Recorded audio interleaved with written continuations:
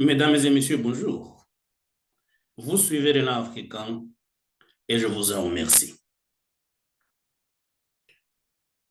Les premiers Sud-Africains afrikaners de la minorité blanche du pays sont arrivés ce lundi 12 mai 2025 aux États-Unis, où ils sont accueillis comme des immigrants, des gens qui quittent leur pays parce qu'ils se sentent menacés et incités bien sûr par la politique de l'administration de Donald Trump aux États-Unis. Alors, la question qu'on vient se poser aujourd'hui, c'est de savoir si réellement les Blancs en Afrique du Sud sont victimes de discrimination systématique de la part du gouvernement et s'ils se sentent réellement menacés. Puisqu'effectivement, il y en a qui se sentent pas à l'aise, comme cette minorité qui est arrivée ce lundi aux États-Unis où ils ont été accueillis comme des gens menacés, des réfugiés politiques. Mais en réalité, la communauté blanche d'Afrique du Sud est elle-même divisée sur cette question.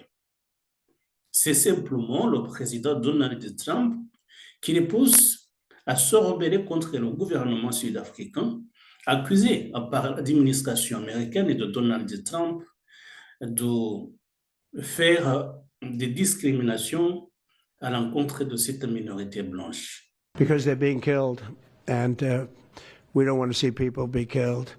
Now, South Africa leadership is coming to see me, I understand, sometime next week.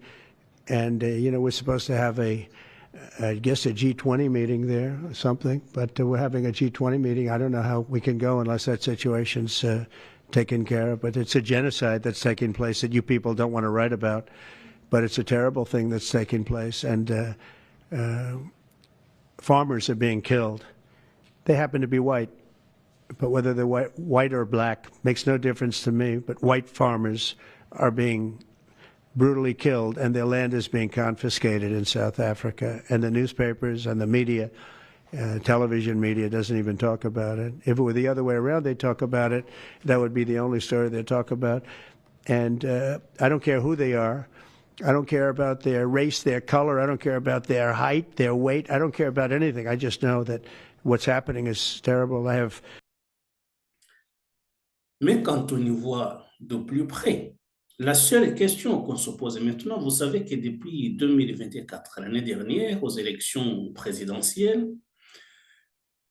comme le parti au pouvoir, l'ANC, n'a pas obtenu la majorité absolue lui permettant de former à lui seul le gouvernement, l'ANC a été obligé de faire des accords de coalition. Et maintenant, le gouvernement sud-africain est composé de plusieurs partis. Certains partis d'opposition font partie du gouvernement, dont le principal est le DA, l'Alliance démocratique, composée essentiellement par des Blancs. Alors, on voit mal comment un gouvernement composé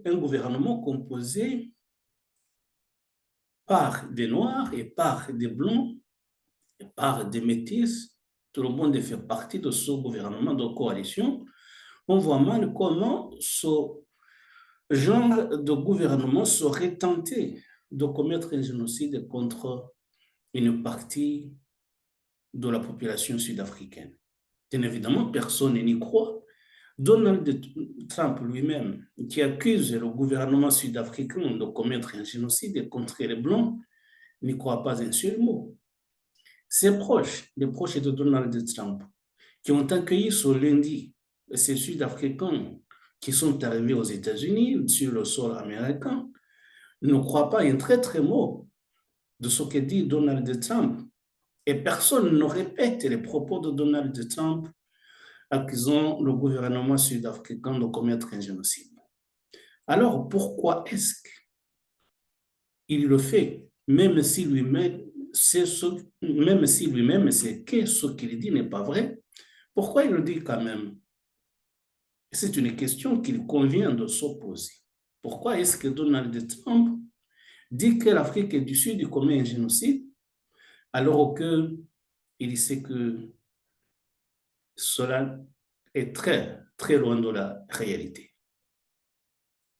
Il peut y avoir des problèmes politiques au sein de la société sud-africaine, comme dans tous les pays du monde. Il peut y avoir des problèmes de mésentente entre les différentes communautés sud-africaines, comme dans tous les pays du monde. Mais de là à dire qu'il y a un système de discrimination contre les Blancs, dirait qu'il y a un génocide qui est en train d'être commis contre les Blancs, cela va évidemment très loin de tout raisonnement logique. Pourquoi est-ce que Donald Trump le dit quand même s'il sait lui-même que ce qu'il dit n'est pas vrai? C'est ça la question du jour, la question qu'on se pose. Vous savez, Donald Trump est quelqu'un qui aime secouer les arbres pour faire tomber des fruits. Et ce qu'il fait justement, comme dans le cadre des taxes douanières qu'il est en train d'imposer, qu'il veut imposer à tous les pays du monde, à tous les produits, aux produits provenant de presque tous les pays du monde, il veut tout simplement obtenir des changements. Et pour cette question d'Afrique du Sud, il faut dire que l'Afrique du Sud, pour toutes les réactions, a tenu des propos mesurés qu'il faut saluer. Interrogé sur cette question, lorsqu'il était au CO Forum à Abidjan, en Côte d'Ivoire, le président sud-africain s'est contenté de dire, en rejetant bien sûr les accusations américaines, s'est contenté de dire qu'il privilégie le dialogue et qu'il va dialoguer avec l'administration de Donald Trump pour voir ce qu'il en est réellement, pourquoi est-ce que Donald Trump tient de tels propos, et justement pour nous des relations diplomatiques, politiques et commerciales. Et c'est ça la volonté de l'État sud-africain. Own concern because those people who are being enticed to go to the United States do not fit the definition of a refugee. A refugee is someone who has to leave their country out of fear of political persecution, religious persecution, or economic persecution. And that's what the United States says they're undergoing in South Africa. That's why they've opened the door for them. Yes, and they don't fit that bill. They don't fit that description. And I had a conversation with President Trump on the phone, and he said, what's happening down there? And I said, President, what you've been told by those people who are opposed to transformation back home in South Africa is not true. And I added to him, I said, we were well taught by Nelson Mandela and other iconic leaders like Oliver Tambo on how to continue to build a united nation out of the diverse groupings that we have in South Africa. We're the only country on the continent where the colonizers came to stay, and we have never driven them out of our country. So they are staying, and they're making great progress. It's a fringe grouping that does not have a lot of support, that is anti-transformation and anti-change, that would actually prefer to see South Africa going back to apartheid type of policies. And I said to him, I would never do that. I learned at the feet of Nelson Mandela, and we intend to proceed with the implementation of our constitutional architecture. And I thought in my conversation with him early in the morning at 4 o'clock South African time, he understood that. And I said, I'd like to come and meet him so that we can discuss this matter further. So those people who have fled are not being persecuted. They are not being hounded. They are not being treated badly. And they are leaving ostensibly because they don't want to embrace the changes that are taking place in our country in accordance with our constitution. So we think that the American government has got the wrong end of the stick here, but we'll continue talking to them. Ça veut dire que le gouvernement sud-africain ne veut pas engager un bras de fer avec les États-Unis de Donald Trump. C'est son choix, le choix de l'Afrique du Sud, de ne pas engager un bras de fer. Mais bien sûr, cela ne veut pas dire que les autorités sud-africaines n'ont pas été choquées par les accusations de l'administration Trump. Pour revenir justement sur ce que nous disions, à ces propos de Donald Trump, je disais qu'il aime secouer les arbres. Il veut à la fois punir l'Afrique du Sud pour sa position sur le plan de la diplomatie et de la géopolitique internationale, mais il veut faire pression également sur le gouvernement sud-africain pour qu'il l'amène à changer d'opposition. Tout d'abord, vous savez que l'Afrique du Sud est l'un des pays membres depuis le début de cette plateforme qui s'appelle les BRICS, Brésil, Inde, Chine, Russie et Afrique du Sud. Ce sont les 5 pays qui ont fondé en 2010 la plateforme des BRICS. Or, la plateforme des BRICS a été fondée dans le but de faire du contrepoids contre la position dominante des États-Unis d'Amérique. Ça veut dire que les membres des BRICS s'insurgent contre la domination d'un seul pays sur le monde entier. Ça veut dire qu'il y a un contrepoids qui est né avec les BRICS.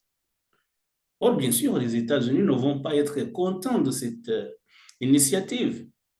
C'est pour cela que Donald Trump en veut, l'une des raisons qui veut qu'il en veuille à l'Afrique du Sud, justement, c'est cette initiative qui a été prise de signer les accords avec les autres pays pour créer les BRICS. Ça, c'est le premier point. Et vous savez, d'ailleurs, quand on voit les initiatives de Donald Trump actuellement, ce qu'il est en train de faire, il est en train d'essayer de diviser les pays membres des BRICS. En adoubant le président russe, Vladimir Poutine, vous savez que leurs oppositions politiques sont plus ou moins rapprochées. Donc, il a fait son ami, son allié, tout comme l'Inde d'ailleurs. Il impose des sanctions très sévères, douanières, contre les produits chinois. Ça veut dire, et il veut justement accuser l'Afrique du Sud de commettre un génocide contre les Blancs.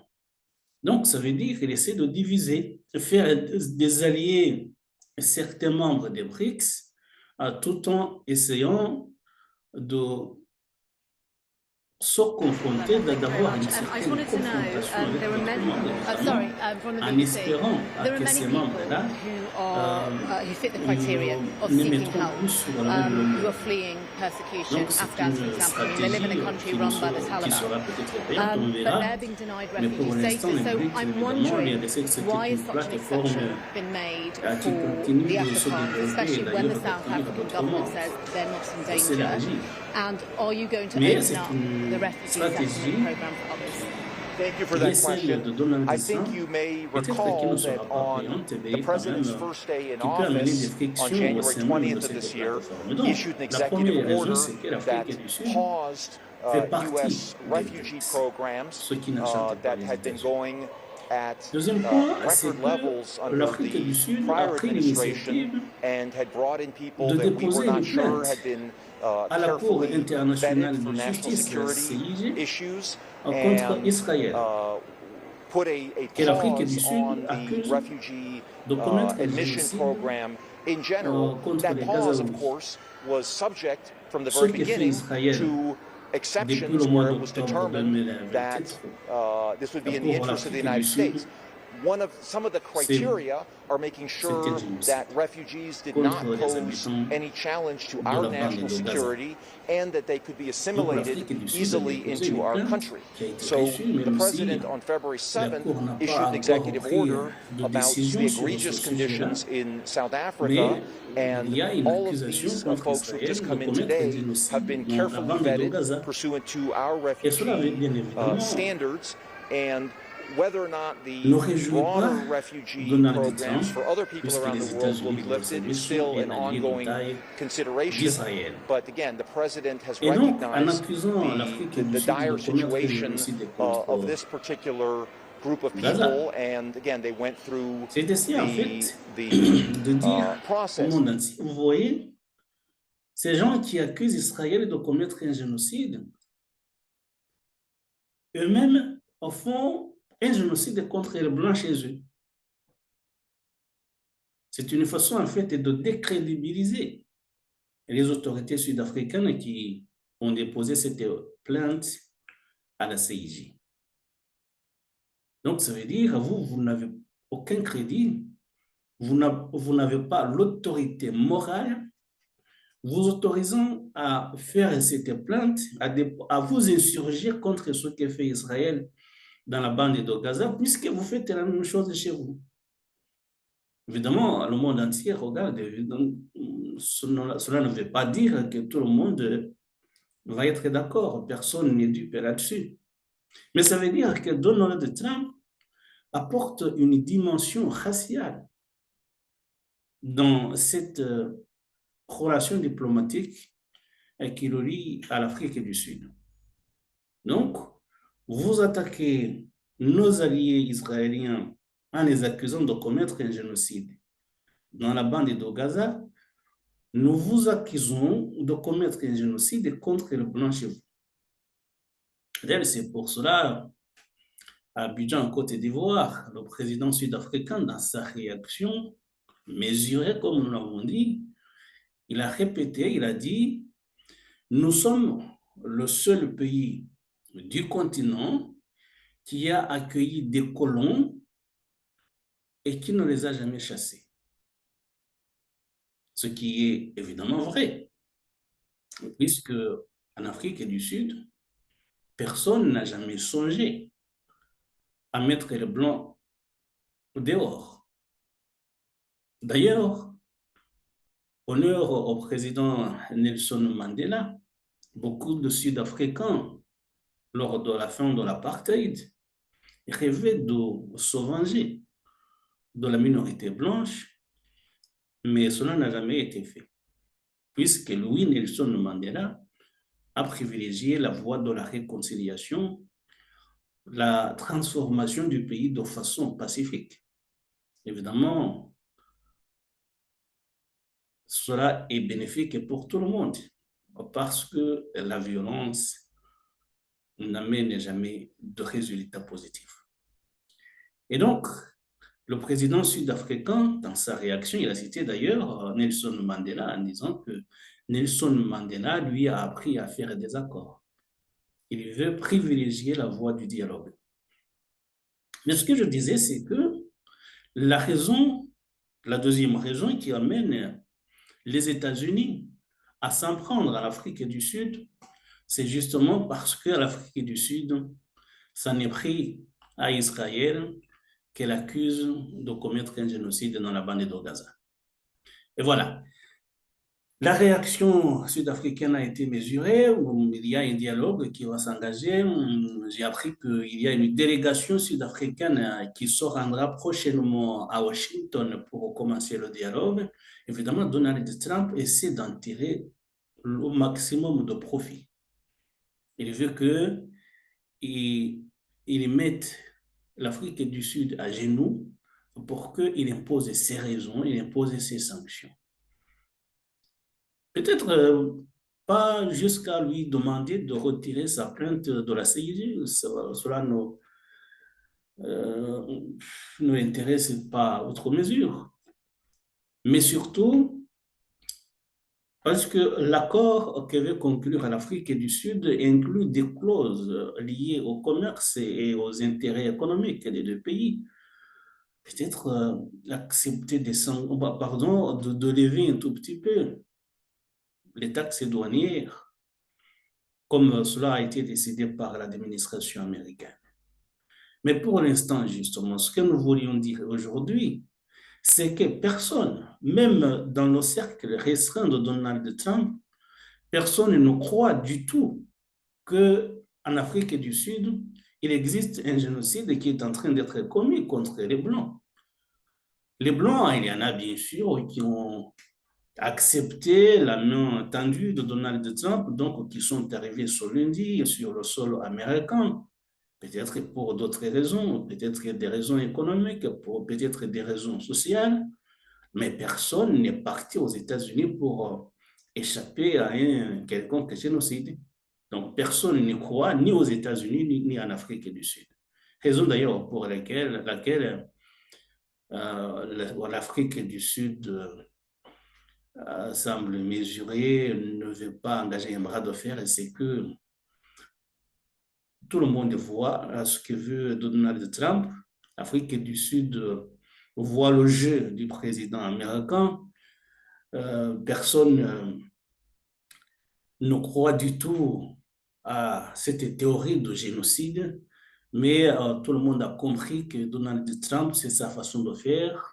C'est sa façon de faire de la diplomatie. Il veut imposer ses points de vue en employant tous les moyens possibles à sa disposition, des fois des moyens qui choquent, mais il le fait quand même. Et s'il le fait, tout le monde le voit. C'est pour cela que les autorités sud-africaines préfèrent dialoguer, et c'est ce qui va être fait.